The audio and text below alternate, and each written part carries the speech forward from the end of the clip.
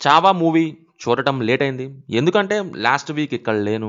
Friday వెళ్తే అంతా delay అయిపోయింది. కొన్నేమో ముందే హౌస్‌ఫుల్స్ అయిపోయాయి. మరికొన్ని చోట్ల సబ్‌టైటిల్స్ లేవంటున్నారు. అసలు మాకు తెలీదు అంటున్నారు వాళ్ళేంటో మరి. సో, ఫైనల్లీ ఒకటి సెట్ అయింది. నిన్న నైట్ వెళ్ళాను. విషయానికొస్తే నాకైతే బావుంది మూవీ. చూసిన దగ్గర నుంచి సినిమాలోని కొన్ని కొన్ని సీన్సే మైండ్‌లో రన్ అవుతున్నాయి. ఆ లాస్ట్ 40-50 మినిట్స్ రేంజ్ ఇంపాక్ట్ వల్ల అనుకుంటా. 'ఛత్రపతి సంభాజీ మహారాజ్' ఇంటెన్స్ క్యారెక్టర్ గాని, డైలాగ్స్ గాని, దేన్నైనా దాటుకుంటూ వెళ్ళే తెగింపు గాని, ఇవి బాగా ఎక్కేసాయి. ఫస్ట్ హాఫ్ మిడిల్‌లో స్లోనెస్ అండ్ 'రష్మిక' స్క్రీన్ మీద కనిపించే సీన్స్. ఈ 2 తప్ప మిగతావన్నీ వర్క్ అయ్యాయి నాకు. 'ఛత్రపతి శివాజీ మహారాజ్' సన్ 'ఛత్రపతి సంభాజీ మహారాజ్' యొక్క స్టోరీని బేస్ చేసుకొని తీసిన హిస్టారికల్ యాక్షన్ ఫిల్మ్ ఇది. శివాజీ సావంత్ రాసిన 'చావా' అనే నవల్‌ని బేస్ చేసుకొని తీయడం జరిగింది.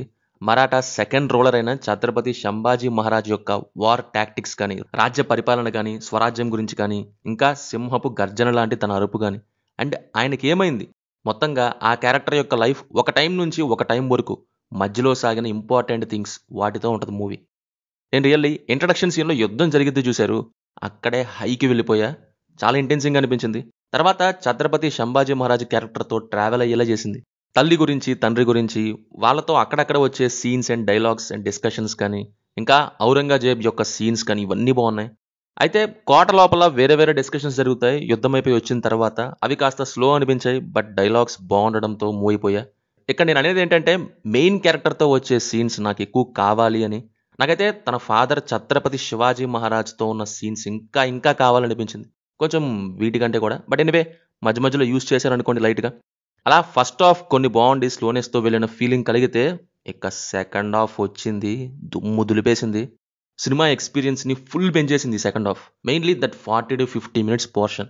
అసలు ఆ డైలాగ్స్ కానీ, సీన్స్ కానీ, క్యారెక్టర్ ఇంటెన్సింగ్ యాక్షన్ గానీ, ఎమోషనల్ సీన్స్ కానీ చాలా బాగున్నాయి.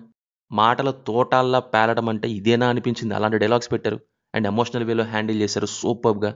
చివరగా తండ్రితో తల్లి గురించి అడుగుతున్నప్పుడు తల్లి మాట్లాడడం. ఆ తర్వాత ఔరంగ్ ఎలివేషన్ ఇవ్వటం. అబ్బబ్బబ్బా! ఏమన్నా సీన్సా అసలివి. సినిమా అయిపోయాక అవే మైండ్‌లో తిరిగాయి. ఫస్ట్ హాఫ్‌లో అక్కడక్కడ స్లోనెస్ అనేది ఒకటి తప్పితే రిమైనింగ్ అంతా బాగుంది. ఎస్పెషల్లీ లాస్ట్ 40 మినిట్స్ అయితే ఎక్సలెంట్ అని చెప్పొచ్చు. Performances wise Vicky Kaushal and Akshay Khanna జీవించేశారు ఆ క్యారెక్టర్‌లో. ఇట్స్ లైక్ ఇంకొకరికి ఆ రోల్స్ సెట్ అవ్వవు అనేలా అనిపించింది కూడా. అంత బాగా కుదిరాయి. Remaining all decent. రష్మిక అయితే మిస్‌కాస్టే. యాక్టింగే సరిగ్గా లేదనుకుంటే ఆమె ఓన్ డబ్బింగ్ ఇచ్చేసారు. అస్సలు బాలేదది. యాక్సెంట్ చాలా ఆడ్ ఫీలింగ్ వచ్చింది మూవీ జోనర్‌కి. AR Rahman songs and movie sound mixing బాగున్నాయి. బీజీఎం విషయానికొస్తే 1, 2 చోట్ల తప్ప చాలా వరకు నచ్చాయి నాకైతే. 'ఛత్రపతి శివాజీ మహారాజ్' దగ్గర వచ్చే ఒక బీజీఎం రెహమాన్స్ లెవెల్ కాదనిపించింది. అది తప్ప మిగతా బీజీఎమ్స్ కానీ అండ్ 'ఔరంగ్' దగ్గర వచ్చిన బీజీఎం కానీ ఇవన్నీ బాగా కొట్టారు రెహమాన్. ప్రొడక్షన్ వాల్యూస్ అయితే బాగా మెయింటైన్ చేశారు. సినిమాటోగ్రఫీ కూడా ఎక్సలెంట్‌గా ఉంది. Finally powerful and emotional movie. బాగుంది నాకైతే.